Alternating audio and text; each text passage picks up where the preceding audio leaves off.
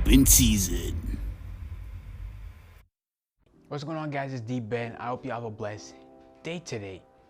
And please make sure to subscribe if you enjoy having open conversation to your favorite season. Let's go.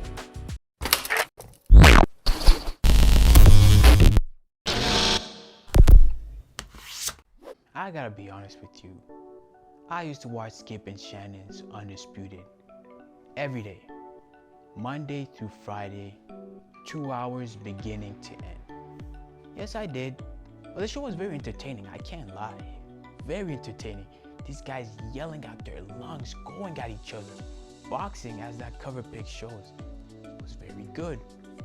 Until I started seeing certain events unfold, and then I started kind of stepping away from it. But there was really 3 events that happened that really threw me off, and ultimately I stopped watching the show, at least consistently. And let me explain these 3 events. And the start of these events was our guy Shannon Sharpe. So the first event was Shannon Sharpe completely crucifying Kyrie Irving for the link that he posted on his Twitter. And if you're interested in knowing more about this topic, I heavily covered it in my channel. So that link that he posted was completely blown out of proportion, and Shannon Sharpe was the first guy to completely blast Kyrie Irving and completely even question his character a little bit while doing that. And then Black Twitter started sending backlash to Shannon Sharpe's way, which causes Shannon Sharpe to kind of recant his statement to re-ingratiate himself within that community.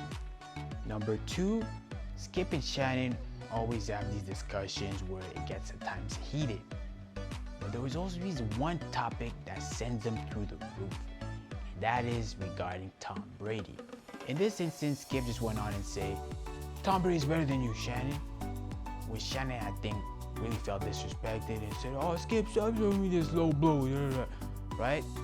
Which caused Shannon to go onto his IG, posting an old highlight of him when he was playing, basically trying to remind Skip of who he is. And then you could see his comments, "Oh yeah, Shannon, stop letting Skip disrespect you. You gotta show Skip, right? Again, follow the trend. And the third event is regarding Damar Hamlin and his cardiac arrest following Monday Night Football. And praise God that Damar Hamlin is doing a whole lot better, and he was unfortunately able to witness his team, the Buffalo Bills, get completely annihilated by the Cincinnati Bengals. Shout out Joe Burrow. So following this incident, Skip went onto his Twitter to post about his thoughts. And the tweet that he sent out, which I'm gonna let it over here, was completely misconstrued. Twitter went off after Skip. I do have to note that people already are not fond of Skip, so that did not help either. So much so that it caused Shannon to not even show up for the following show on Tuesday. And I do gotta give a shout out to Stephen A. Smith for calling Shannon out and saying that, "Shannon, you should have attended that show and go on to the show and talk about your disagreement with Skip face to face, instead of just not showing up and leaving Skip to basically do the show on his own, and in doing so humiliate himself." And while this was happening, Shannon's supporter was showing him more love. And it's funny because Shannon's thing was, "Let's not make it about you, Skip. Let's make it about Damar Hamlin." But you then don't show up and make it all about you.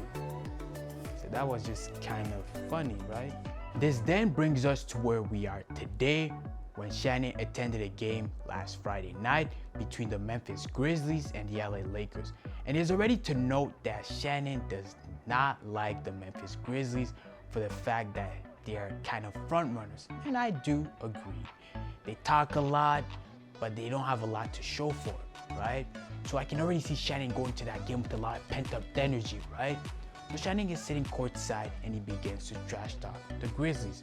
So we're gonna watch the video and then we're gonna make our comments later. At the Crypto.com arena, Dylan Brooks was having words with Shannon Sharpe, Hall of Famer and broadcast.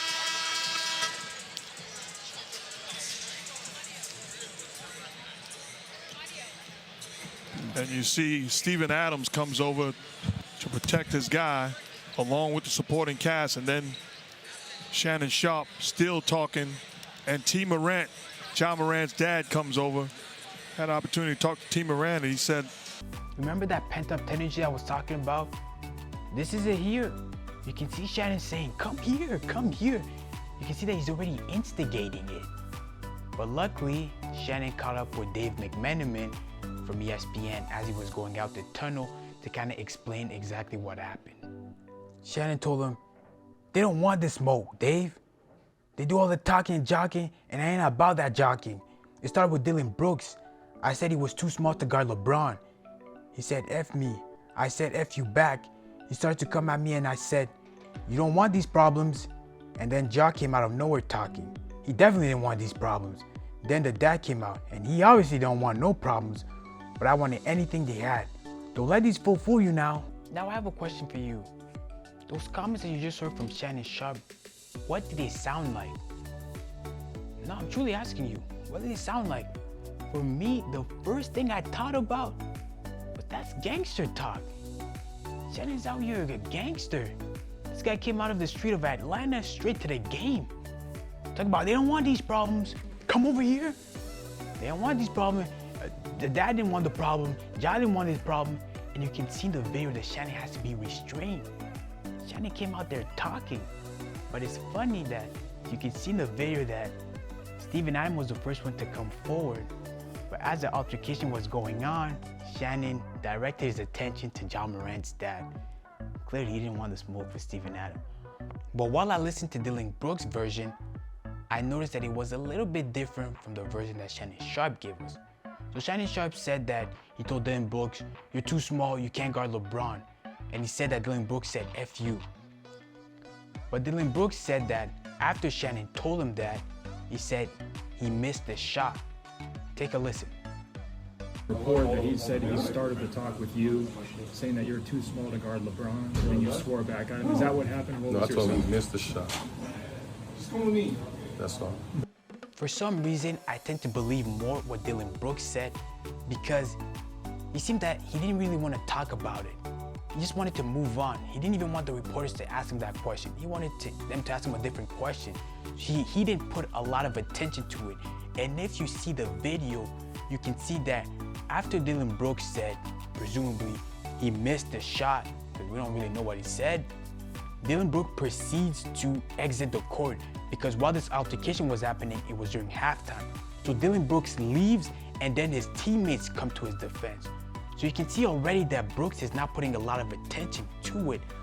But from Shannon's standpoint, he's creating the whole altercation. He created this antic, not Dillon. So that's why I tend to believe more what Dillon said, because you can clearly see that he just wanted to move on for it. You're just a little trash talking, he said his part and then he moved on. But Shannon kept going. That's why I was so baffled when I didn't see no one checking Shannon Sharpe. Everyone was like, oh yeah, Shannon Sharpe was standing his ground. Shannon Sharpe was just dishing it back to them. What? He literally created the whole altercation. You can watch the video back and forth, see that apparently it started with Dillon Brooks, but Dillon Brooks is the first one to leave, and then now he wants to talk to the whole Memphis team. You can believe what you want. So let's get back on track. So let's remember what the subject of this altercation is. Oh yeah, it was about LeBron James. Shannon Sharpe telling Dillon Brooks, you can't guard LeBron James, you're too small. So what does LeBron James think about this whole situation? Shannon Sharpe said that kind of what spurred that run-in at halftime was him talking to Dillon Brooks, telling him he couldn't guard you. Just wanted to know if you had any words for Shannon. No. I mean, I ride with Shannon 365 days, 66 on a leap year, 24/7. So that's my guy. So I always got his back, and he got mine. So he could talk with the best of them for sure. Clearly, we can see that LeBron James is in support of Shannon Sharpe because he clearly stated it himself. He didn't check Shannon Sharpe. He was basically supporting Shannon Sharpe and declaring that Shannon Sharpe is his guy. So for me, I'm assuming that he's condoning what Shannon Sharpe did because he did not check him. And if I remember correctly, LeBron James had his own incident with fans a while back. These fans were so out of line, according to LeBron James, that they needed to go out. But in this instance, he's in support of Shannon Sharpe, creating this whole altercation. But what these fans said, oh, that warned them to get out right away. So I'm again seeing that there's some inconsistencies in the situation. Shannon Sharpe clearly should have gotten thrown out. Dillon Brooks believed that. Again, he said it's LA, so they're obviously not gonna throw him out. But LeBron James gets these fans thrown out for something that, according to The Athletic, they didn't get further consequences and they did not get banned. So LeBron should have, in my opinion, just ignored that and kept moving. Simple. And all this finally brings me to Shannon Sharpe's hypocrisy. I don't think I forgot about that. So going back to that LeBron James incident with those fans, obviously Undisputed, Skip and Shannon, they responded or they reacted to that situation. And Shannon Sharpe had a few choice words about what fans are allowed to do and what they shouldn't do when they're sitting courtside. You think because you pay an exorbitant amount of money and the athlete are there to entertain you, you can say, you can do whatever. And it's well within my right because I paid $5,000 or I paid an exorbitant amount of money for this ticket.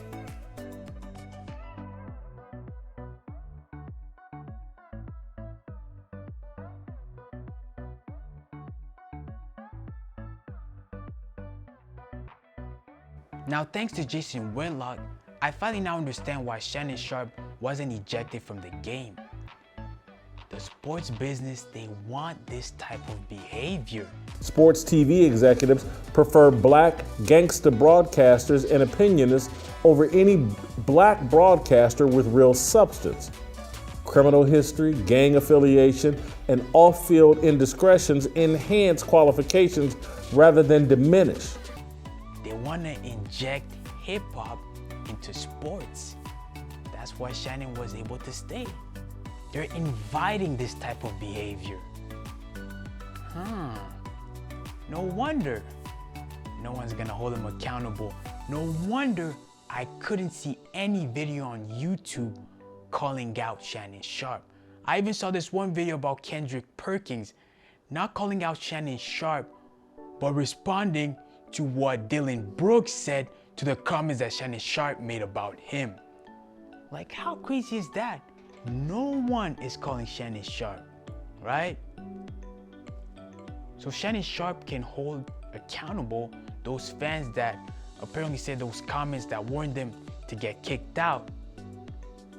So now who can hold Shannon Sharpe accountable? Black Twitter?